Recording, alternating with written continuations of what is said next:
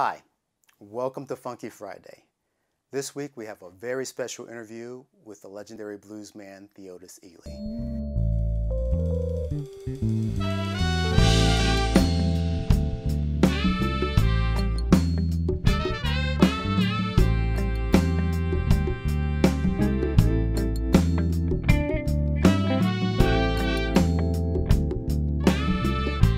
Well, Theodis, thanks for sitting with us here on Funky Friday and giving us some of your time to talk about your life and career. We really appreciate it.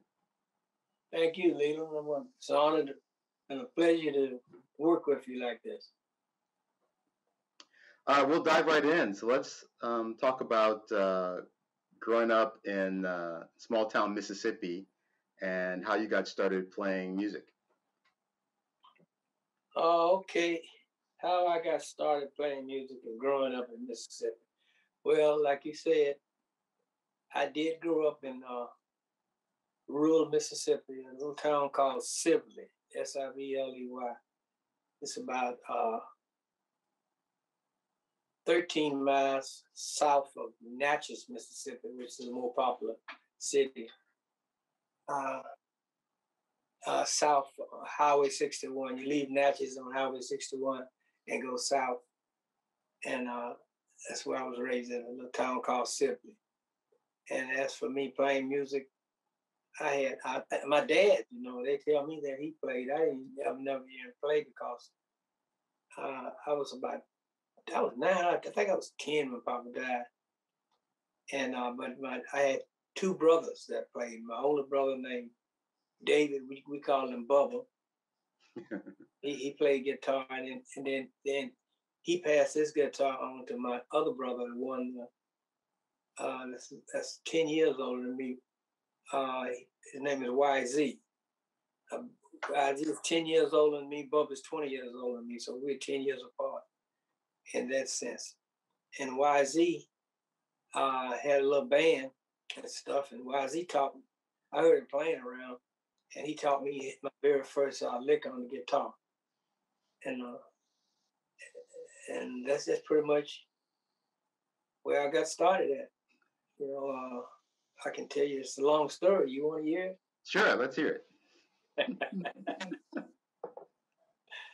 Well, as I said, I live on the banks of Highway 61. By the way, Highway 61 is a very, very famous highway now in Mississippi. As a matter of fact, they started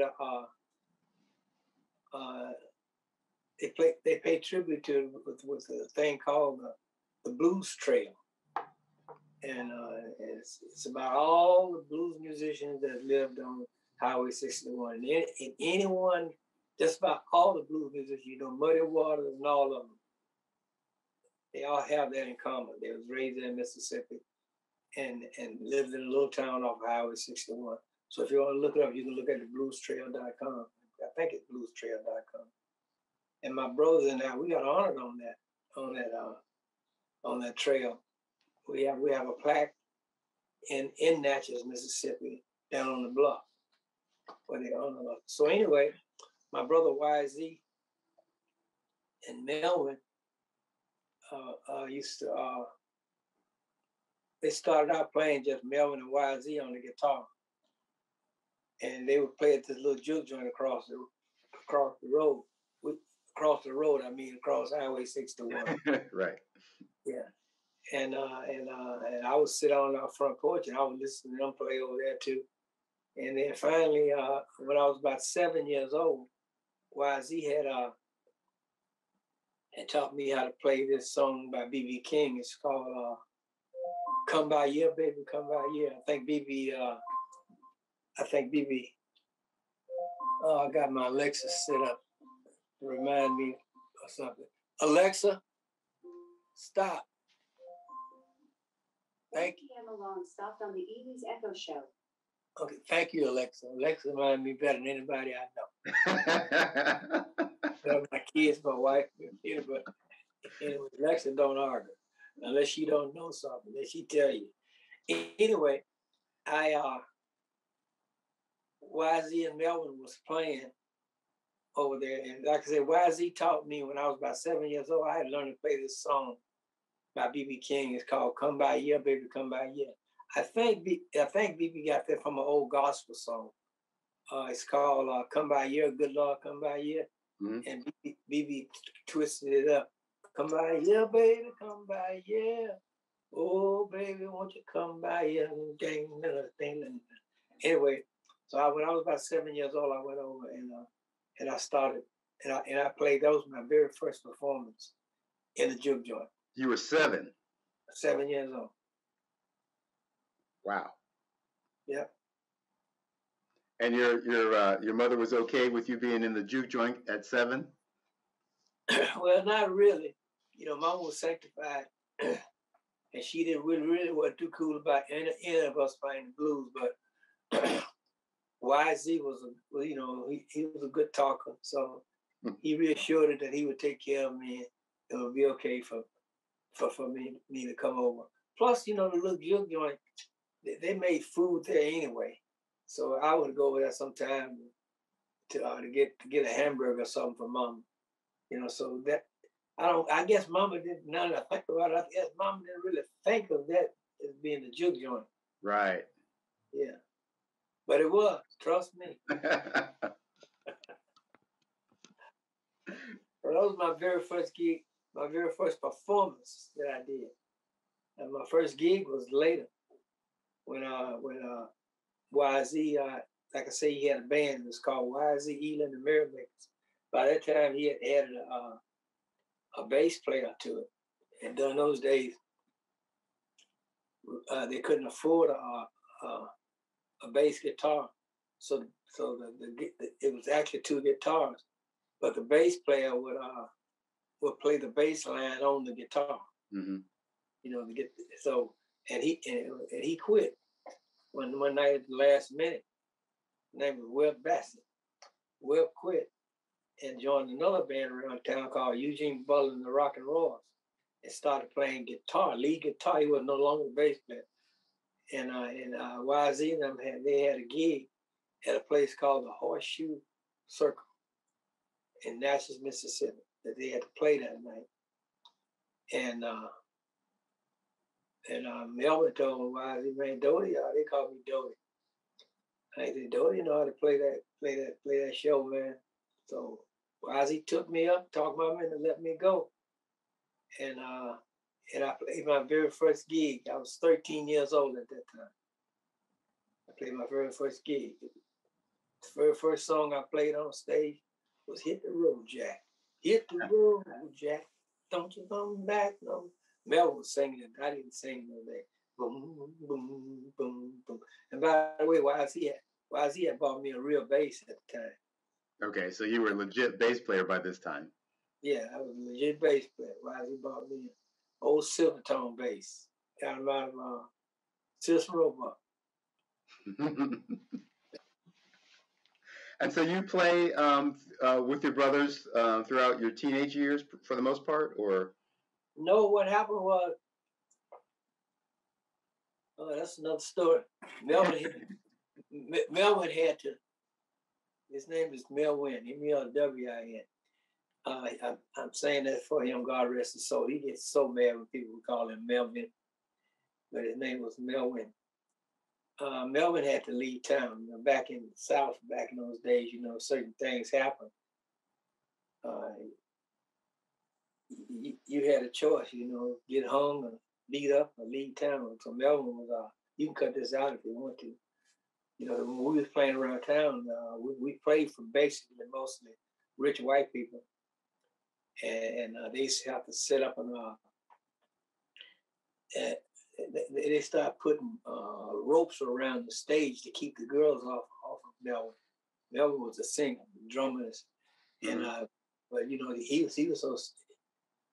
To make a long story short, Melvin started messing around with one of them white girls. And that day I came home from when I came home from school, Melvin and I shared the same chest of drawers for underclothes and stuff, because we slept in the same bed. And I noticed when I came in and I went in my drawer, Melvin's stuff was on, And I said, "Well, Melvin." And Mom said, "Melvin had to leave."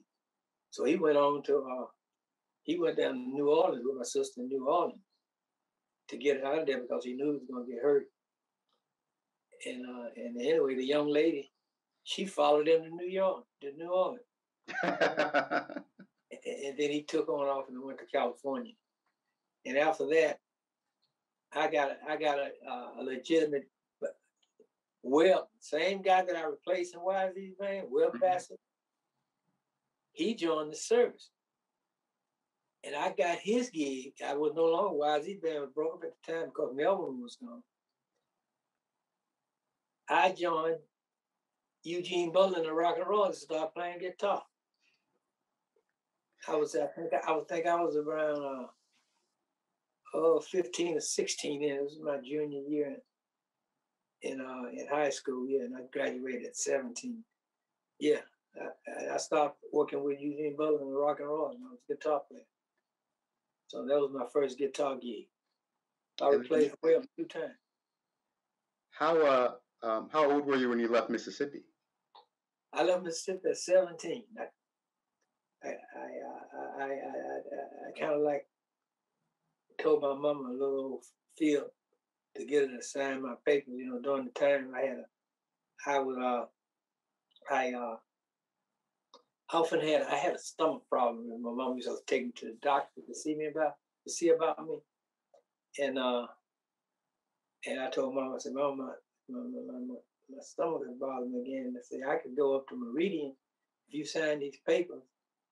I could act like I'm going in the service, and the doctors up there would examine me and give me a better examination than the regular doctor. Yeah, plus it cost more money every time she took me to the doctor. So this was going to be free." Mm-hmm. So I said, "You sign these papers right here, I can go up to Meridian and act like I'm going in the service, and have my stomach checked out." And I know Mama had better sense than that, now that I think about it. But anyway, she knew what your plan was. Yeah, I went on to get the examination to go in the service and everything, and I kept going because I had to leave Mississippi myself. I didn't like it at the time. Yeah. Yeah. So I left Mississippi at age 17. Joined the Air Force. Air Force. And so you ended up stationed in Hawaii? Well, I did basic training in Texas. You tell me the name of that town every time. San Antonio, was it? San Antonio, yeah. Yeah, San Antonio, where the Alamo is at. Lackland Air Force Base. I did basic training there. And they gave me 3 choices of where I could go after basic training. They gave me England, some part of the United States, and Hawaii. Those were my 3 choices. So I chose Hawaii. And I ended up in Hawaii, and I stayed in Hawaii the whole time I was in service. They wanted to send me to Vietnam, to Thailand at one time. They wanted to send me to Thailand, but I didn't want to go. And this young fellow that was in the same squadron as me, he wanted to go, so they switched it over from they gave him my orders, and I stayed behind. Okay. And so you were playing music while you're in Hawaii? Yeah. Yeah. Oh, yeah. I played, when I first got there, there was a group called The Prime, a vocal group, and they needed a guitar player. And I started playing guitar for them. We used to play all the NCO clubs and stuff like that, the Admirals Club and all that. And then, I started playing guitar for them when I first that was my very first band in Hawaii. After that, I formed my own band later on and played around town. And so you're fronting these bands. Are you singing as well? No, I wasn't singing. I was just playing guitar. Like I say, the Prime was a vocal group, and they used to always say, "Well, we are we're the star. People coming to see us. They ain't not coming to see you guys." Kind of hurt my feelings anyway. So one night they didn't show up for the gig. So one night they didn't show up for a gig, so I decided to tell the fellas, like, shoot, we're gonna do this gig, we're gonna make this money. And they said, we're gonna sing. I said, I'll sing. And I started singing. And I thought I was kicking it. Until later on, after I got to playing around Hawaii, I was playing this little club. It's called the Show Bar, on a street called Hotel Street. Matter of fact, that's where I met B.B. Dixon, the guy from War. He was playing across the street with a group called Joe Burnett.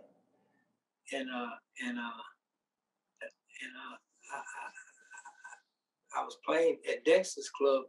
Dexter was one of the guys that used to be in the Coasters. You remember? You've heard of the Coasters, haven't you? Sure. Yeah. Absolutely. So, and one night I was singing. Boy, I thought I was kicking. I find love.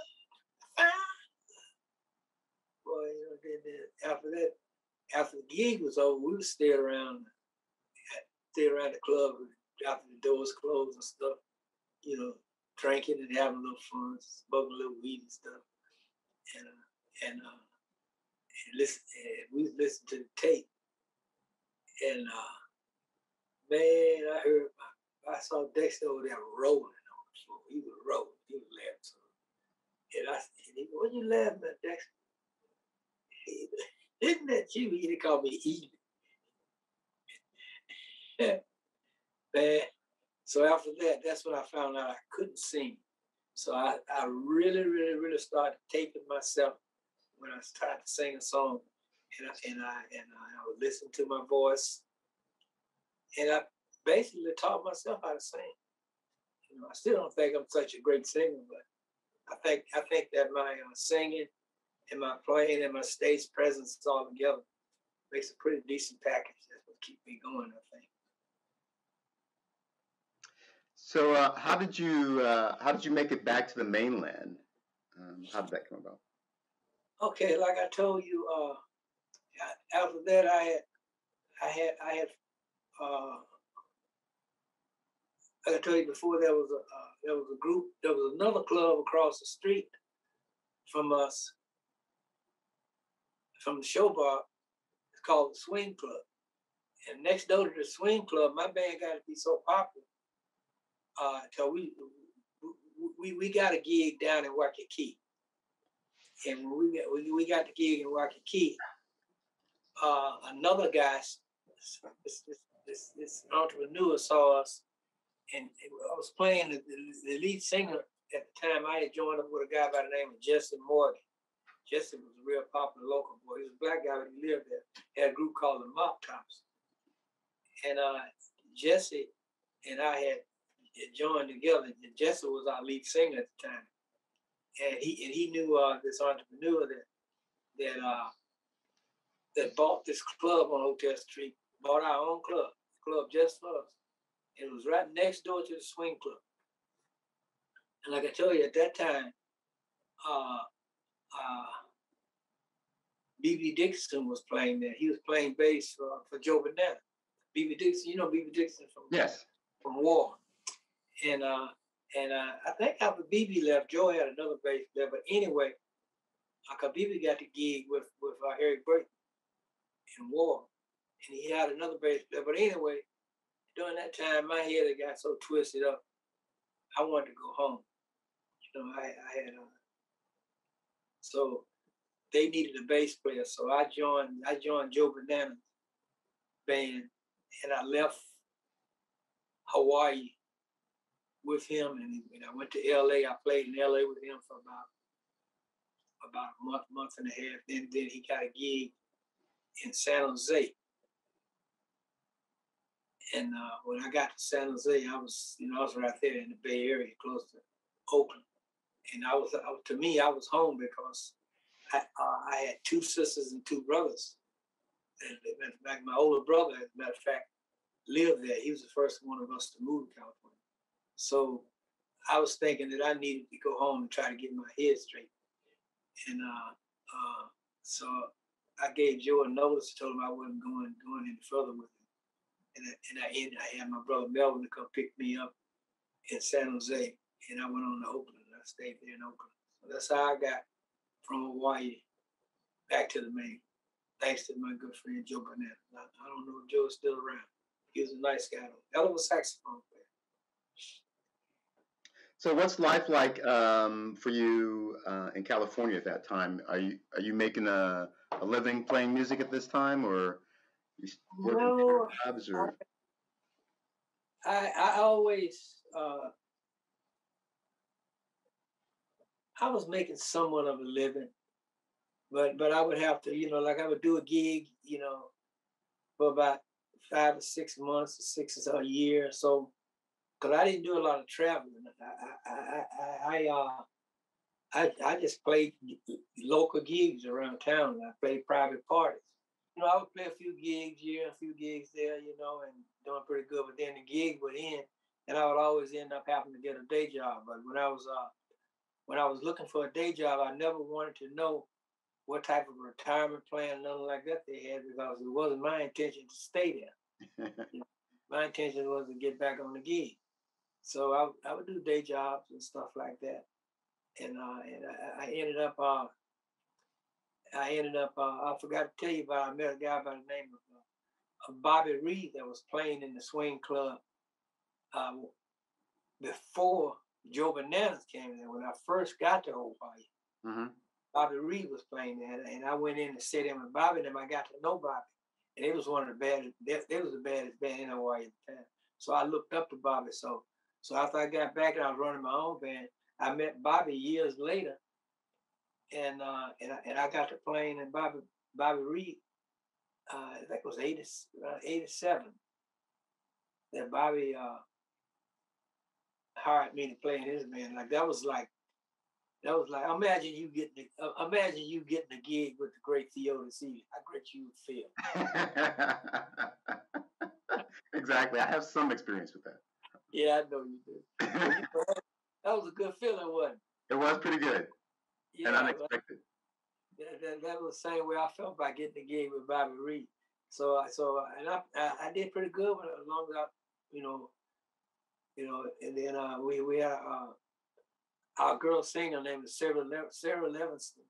She's the sister of Raphael Sadiq, and she got killed in a car accident, and then that band broke up.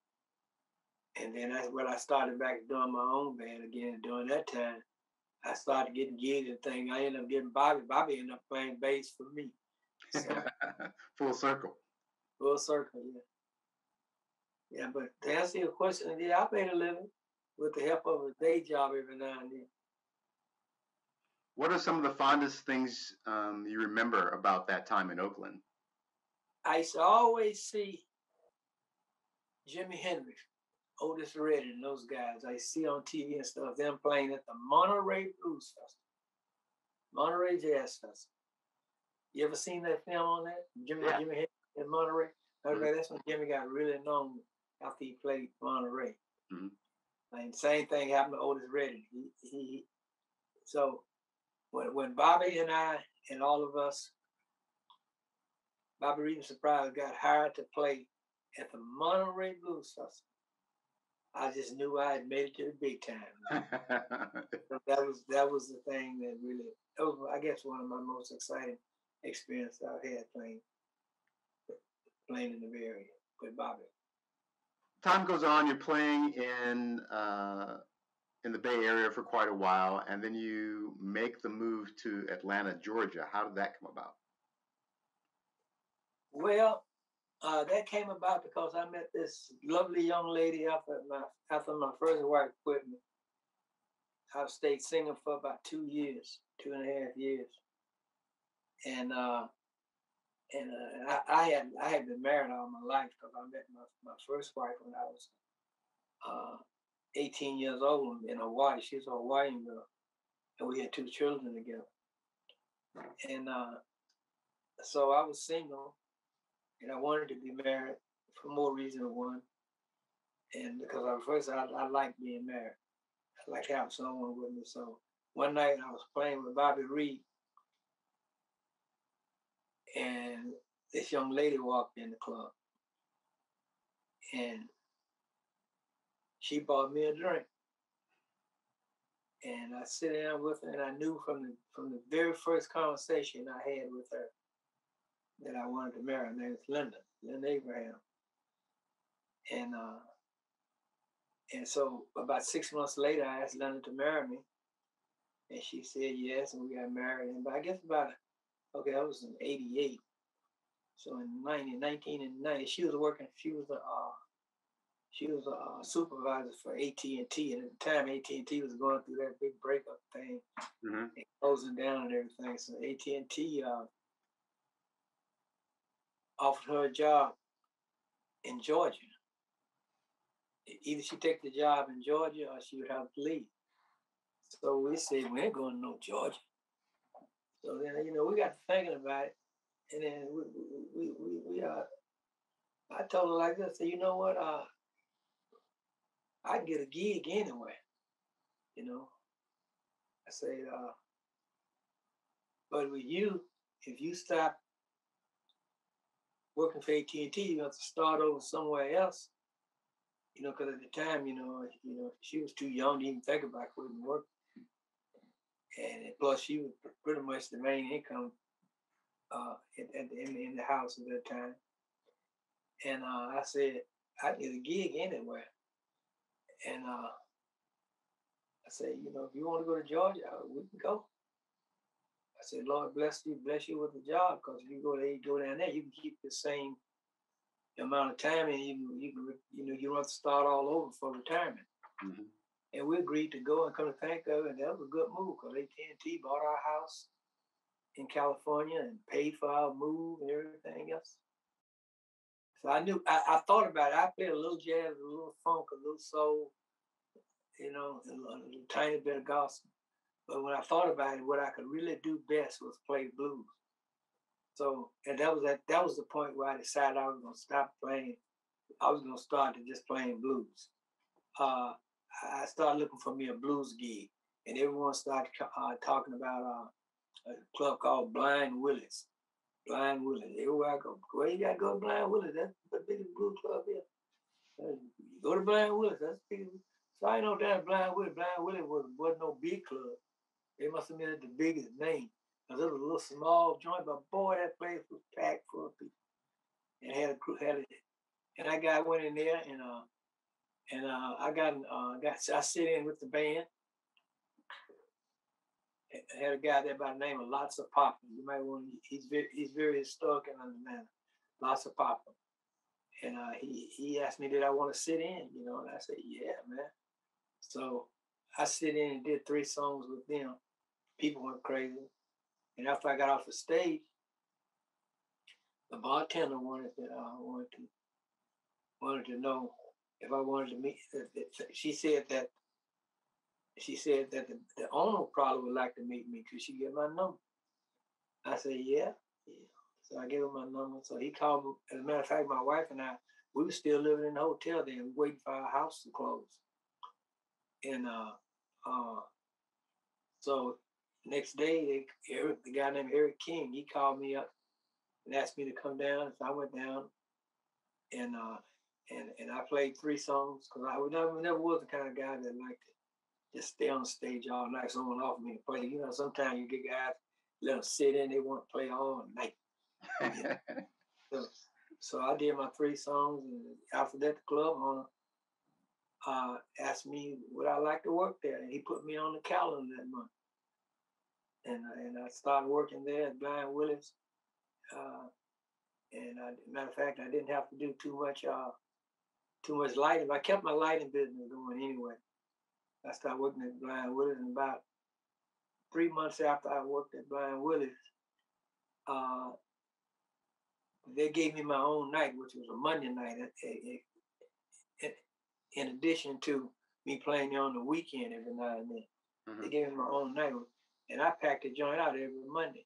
So, they would hire different musicians to back me up. But one night, when all the other, I guess, blues musicians was working, they had to hire this other guy that they didn't consider a blues musician, which I disagree with that. Any great musician can play the blues. Uh, uh, so anyway, the guy named Buzz Amata. So we got the plane and we played a set, and then I heard him back there, yeah. So I gave him a solo. He got the plane, and then I ended up having a lot of fun with him. So at the end of the night, he we were sitting at the bar having a drink. He said, are you with a record label? I said, well, no, I have my own record company, you know, and I put stuff out on my own little label. At the time, I was feeling all I had was a cassette.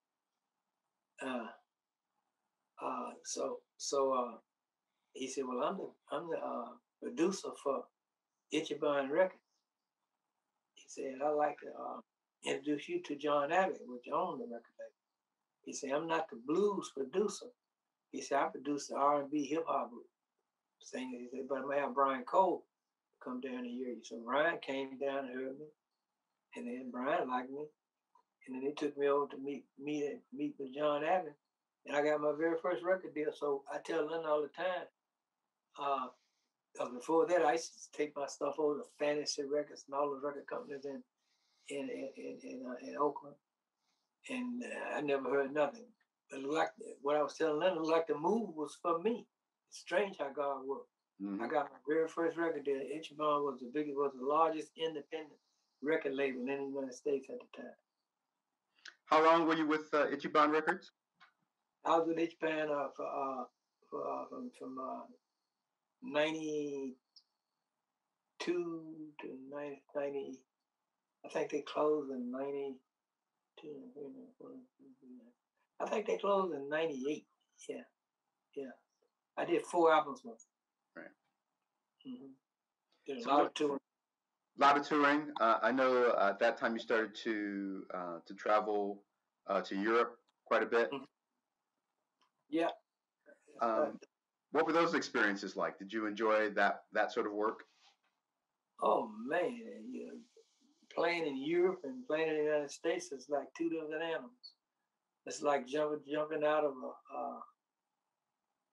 a old ragged truck into a Cadillac. European people really, really respect you, treat you real good. Give you some. I've never seen such great sound equipment until I got to Europe. They give you great sound, great lights, nice hotel. They just take good care of you. It's well documented that they really enjoy and appreciate American roots music like the blues. Why do you think that is? They just wanted to get the people that created the music instead of the people that was. I'm not saying that other people can't play it, but they wanted to get the people who created the music. Right. So they respect you for what you've done. You know what I'm saying? Yeah, I absolutely understand. Yes. Yeah. So that's why I think they love us so much, because we are the creators of the blues. Having grown up in Mississippi, you have quite the pedigree, right? Having grown up on Highway 61, in the same area, the sort of cradle of this music. But it's not really all you do, right? You've been a jazz musician. You've played some of that. You've obviously played some pop and R&B things. Do these other type of music styles inform the music that you play when you play the blues, or are they totally separate for you? Well, I found out something from the jazz musicians and the funk musicians that I hung around through the years. Mm-hmm. I found out no matter what type music I'm playing, I could be playing jazz, I could be playing funk, no matter what, there is going to be blues influence in it. I can't get away from the blues, no matter no matter how I try. Does that answer your question? Yeah, absolutely. Yeah. So it's always there. Blues is always there. Always there. Like I tell people, the way I came up with my own style is that I listen to Muddy Waters. I listen to John Lee Hooker. I listen to B.B. King. I listen to Albert King. I listen to George Benson. That's when I stopped practicing, when I heard George Benson. I said, I'll never be that good. So I think I kind of merged all those sounds together. And anytime I play, just like anytime I play, you're gonna hear some blues. And if you listen careful to any of my records, I think you'll see a little bit of all those guys in me. A little bit of George, a little bit of Muddy Water, a little bit of Lightning Hopkins. You know, you even see some Hank Williams in me because I love country music too. I think that's how I came up with my own sound, by merging all those things together. And were you conscious that was happening? Did you set out to, I want to take a little bit of Hank Williams and a little bit of Albert King, and it's what you loved. It became, you absorbed it and it came out. It just came out. And I still, until today, I still listen to, when I listen to radio stations, I listen to all type of music. When I decide to play some music in my home, when I'm not practicing myself, I listen to all type of music. I still love my country. Still love my Delta blues. Still love my George Clinton and the Funkified. Still love George Benson. You know, right? Norman Brown, all those guys, man. You know, matter of fact, my guitar player, he's one of the best jazz musicians I've ever known. Named Victor Hodge. You know, because the reason I hired him because he doesn't play the same type of. Matter of fact, one of the reasons I hired you is because I didn't want a guitar player because you had a lot of rock influence in you when I met you, and I like that. And I figured I said, now this kid is going to give me gonna put another edge to my show that I don't know how to put. Although I play a little rock, but I don't play no rock like as well as you do. Whereas I play a little jazz. But I don't play jazz like Victor. So Victor put those big old fat jazz chords behind me. I'm sure you know how to do that by now. Big fat jazz chords behind me. So anyway, yeah, man.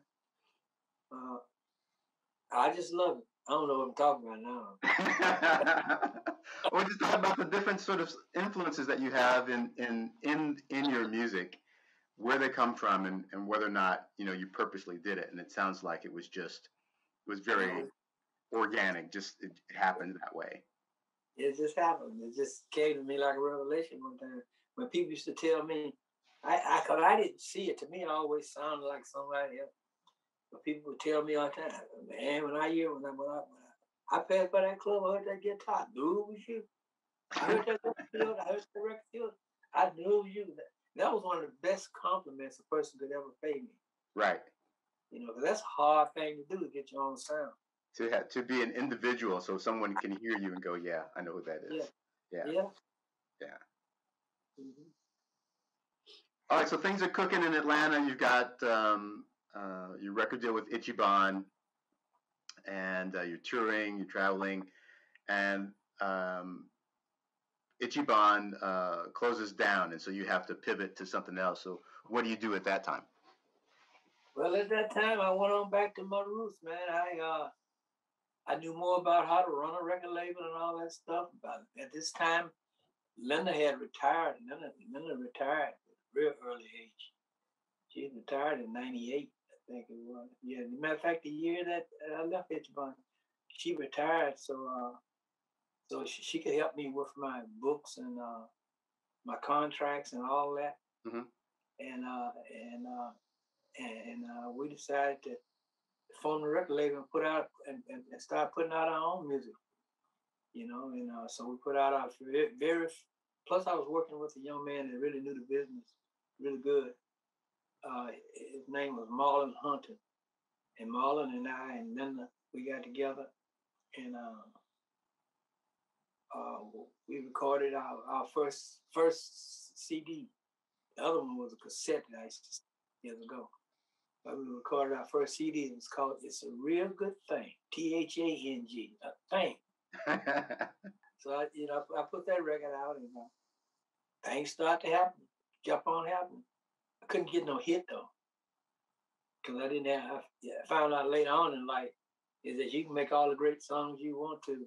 If it's not really, really, really, really, really a super great song, you got to promote it. You got to have a big budget, a promotion, a dollar. And then that was one thing we was lacking as an independent. We made just enough money playing music to live off of, Glenn and I. Mm-hmm. And we didn't have extra money to promote. I had this idea in my head called Stand Up In It. When I was a kid, I was a young man around a bunch of older fellas. And all the older fellas, every night I hear them talking about the night before, and girls and women and stuff like that. So anyway, I met this other guy that name is William Travis, go by the name of L. Willie. He could sequence and stuff like that and write songs. So he came up with he sequenced my music that I had on it, and then he came up with a storyline to go along with it. You ain't did it. You can lick it, you can stroke it, you can eat it, you can kiss it, you can do anything you want to do with it, but you ain't done a doggone, you ain't did nothing until you stand up in it. Little lady told me a story. That's what she said. Anyway, he took it and pretty much put it into a storyline.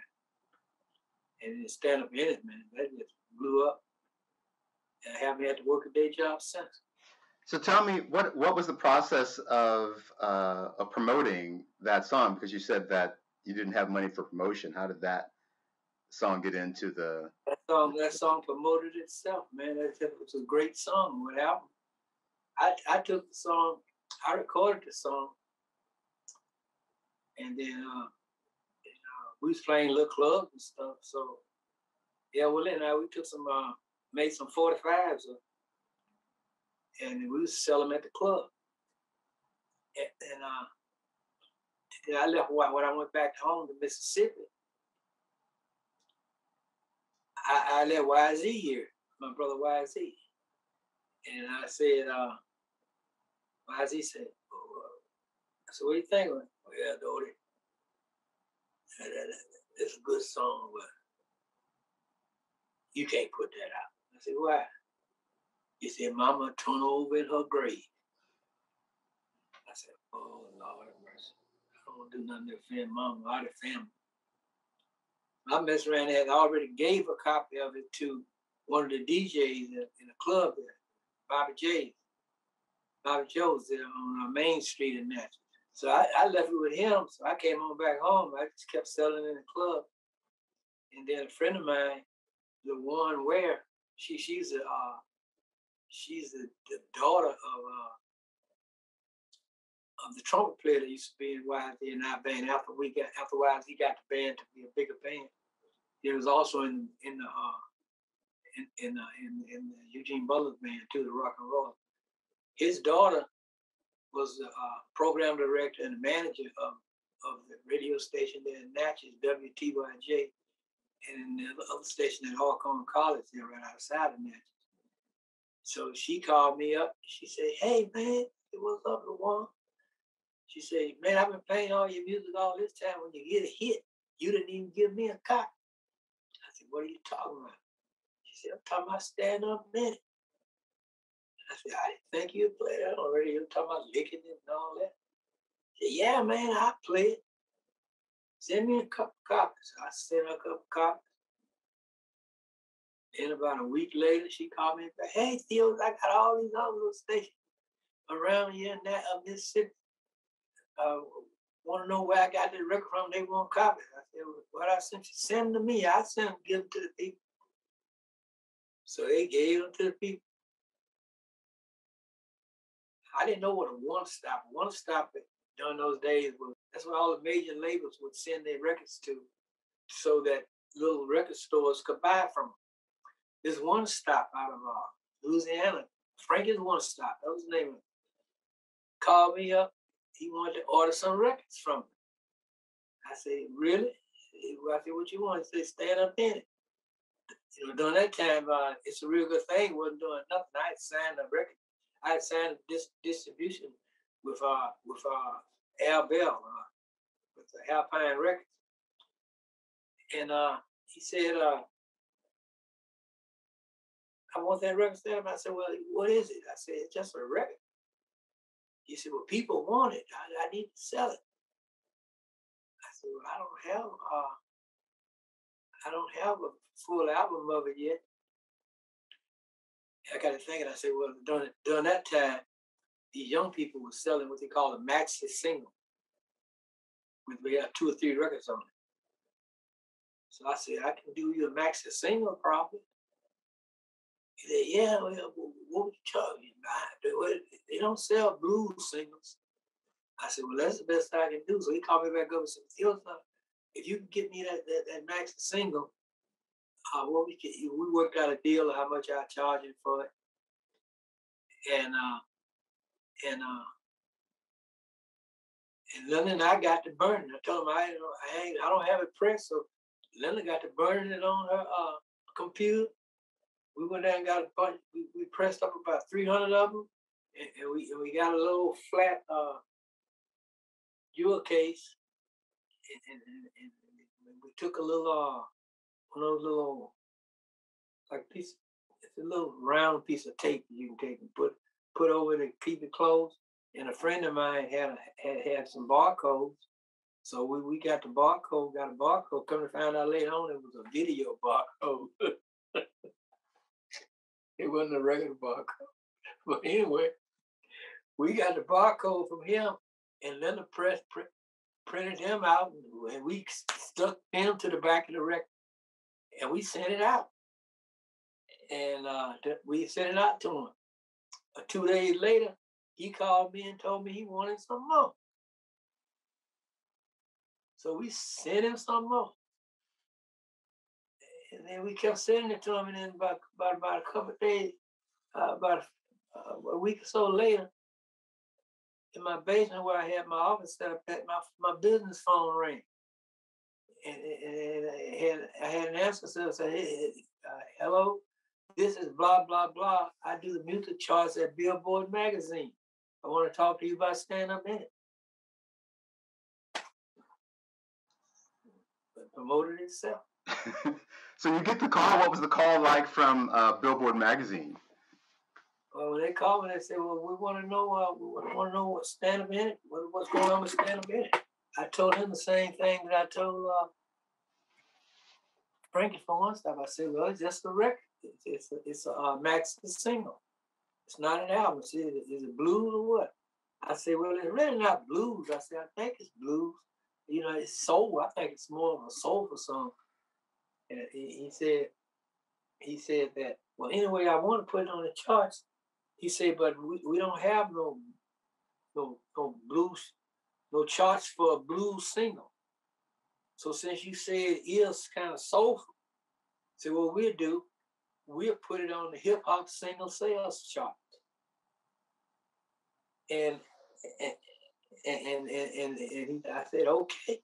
So he went in. I think it debuted 100 and something, or 60 something like something on the hip hop single sales charts, because it was selling so good. It was on the single sales chart. Mm. And by that time, I was already signed with Al Bell as a distributor for Alpine Records. So I gave the record went on and gave the record to Al, and Al pressed up a whole bunch of singles. And he started distributing to major stores, and the stores just got to buying it. And it really went crazy in LA. He had a way, Al had a way to get it out there. So anyway, about 6 weeks after Al pressed it, and quite naturally, Al had a few more contacts with radio than I did and everything, and he got it played on. He had me to make a cleaner version, to where I don't like to call it cleaner, a less whatever word, where I didn't say lick it, eat it, and all that.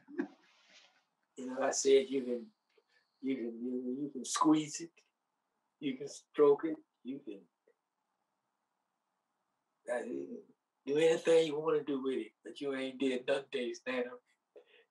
Look at you, eat at you, and all that. So, and anyway, after that, he sold so many copies it became #1 on the R&B hip hop single sales chart. And it stayed there for 5 weeks. 5 weeks to #1. 5 weeks on the R&B hip hop single sales charts on Billboard magazine. The #1.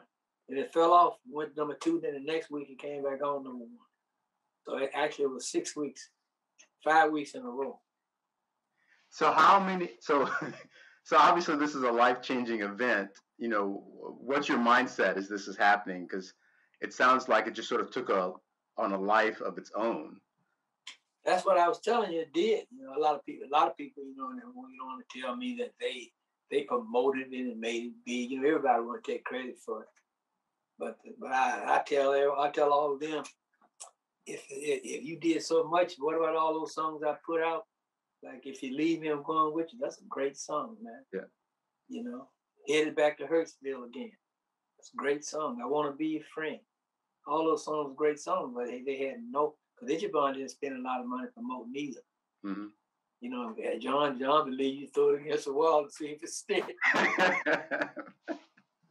So I tell them, I said, if you that good where you can make a record, why didn't you make some other record? So Stand Up In It just took off on its own, man. I don't care what nobody says. You know, now by the record promoters that work with Al Bell, my good friend Mike Austin, he had a lot to do with it. You know, Mike did a great job promoting it and making it really go up higher and higher. But to me, I believe it would have gotten there anyway. Yeah. You know, I really do. So now you've got this humongous hit, and how does that change your professional life? You know, the type of gigs that you're doing, the places that you're going. There's a thing out there called the Chitlin Circuit. That's where all your black musicians would go to play music all over the United States. It's a circuit called the Chitlin Circuit. Now, who created that Chitlin Circuit was the old blues musician Muddy Waters, Lightning Hopkins, Elmo James, all those guys, Bobby Blue Bland, B.B. King, all those guys created the Chitlin Circuit to where black people would come out to hear the blues. But after a while, black people kind of like left the blues alone. When James Brown came along with the funk, when the funk came along and all that, you know, they stopped listening to the blues, and you know, you couldn't get you go play in the blues club as a black musician, you might have 2 people in there. Stand Up In It was more of a soulful blues, and it put me off into the Chitlin Circuit, which is where all of the major black artists was playing, like the Manhattan, Bobby Womack, Clarence Carter, Denise LaSalle, Lattimore. All these people were playing, and what Stand Up In It was made that audience pay attention to me. I went from playing little small nightclubs doing 3 and 4 sets a night, 45 on, to going on stage doing 1.5 hour show, 45-minute show, and making, I can't say it, I'm making not twice, not double, making way more money than I was making for one show playing all night. You know, it just put me in a Stand Up In It, just put me in a different league. What do you have planned next? I mean, so you're obviously with the pandemic, you know, people aren't playing much music at all, but we hope there's going to be an end to this pretty soon. What are you going to do when the restrictions are lifted and you can go back out and play again? What do you have planned for that? I don't have anyone out there beating the bushes trying to get gigs from a Stand Up In It. To make people, until today, I put out Stand Up In It 20-some years ago, almost 20 years ago, but it's still the song I put up that have people call me. So people call me now, want me to go play, but I don't go play because of the pandemic. You know, so I just go back to playing my music, and I'm gonna go. Hopefully, you, me, and Heavy Duty, and all of us that had the band here in Atlanta, we get together and cut us a really good. You a great songwriter now. You arrange it. You grew so much, and every dude want to do something with our bass player Robert Peterson. You know, and then we got Linwood down there in Florida. So we go back and get my plans. What I would love to see happen is you, me, Linwood Cherry, Robert Peterson, Rick House Rocker, all of us get together. Maybe get David Savage on the keyboard. Maybe go get Buzz, you know. Sounds like a good plan. Put together a great blues album. I wanted to talk about that time that in the '90s when I was working with you with that crew, with Rob and Linwood and Mr. Gallen. You call that your blues farm, which I didn't really appreciate till later.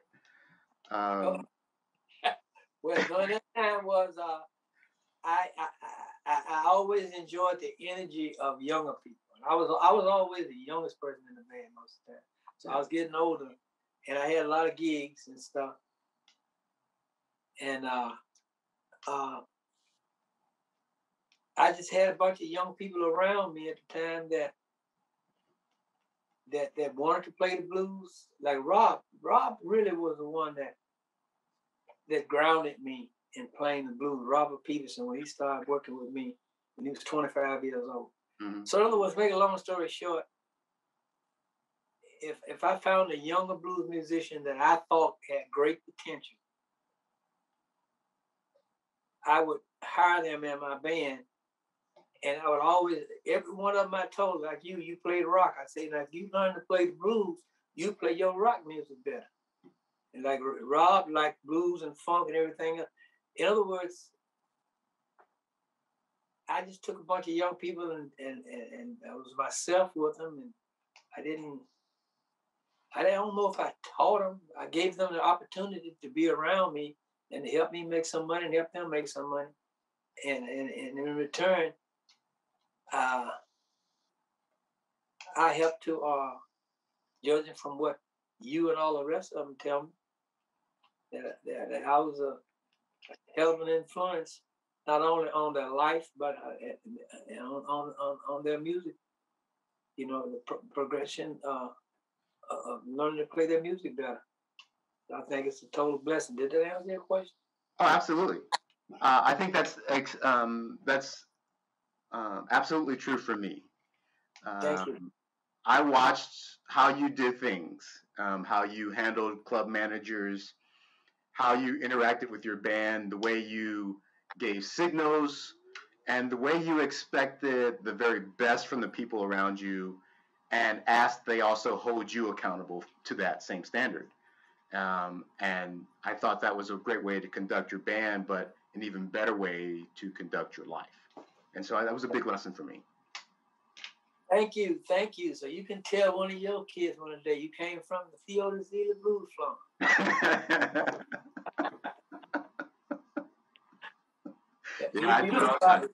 You don't know how good that makes me feel. You young people tell me that. You know, I never was fortunate enough to get me a Grammy, but when I hear that, that's my Grammy.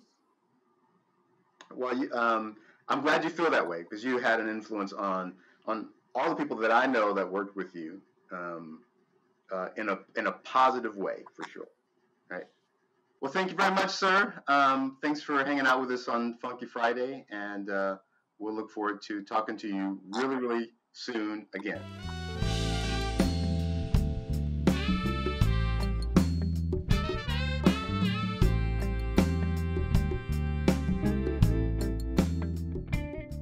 Is this the end of the show? I think so. Yes, sir. This is the blues ending.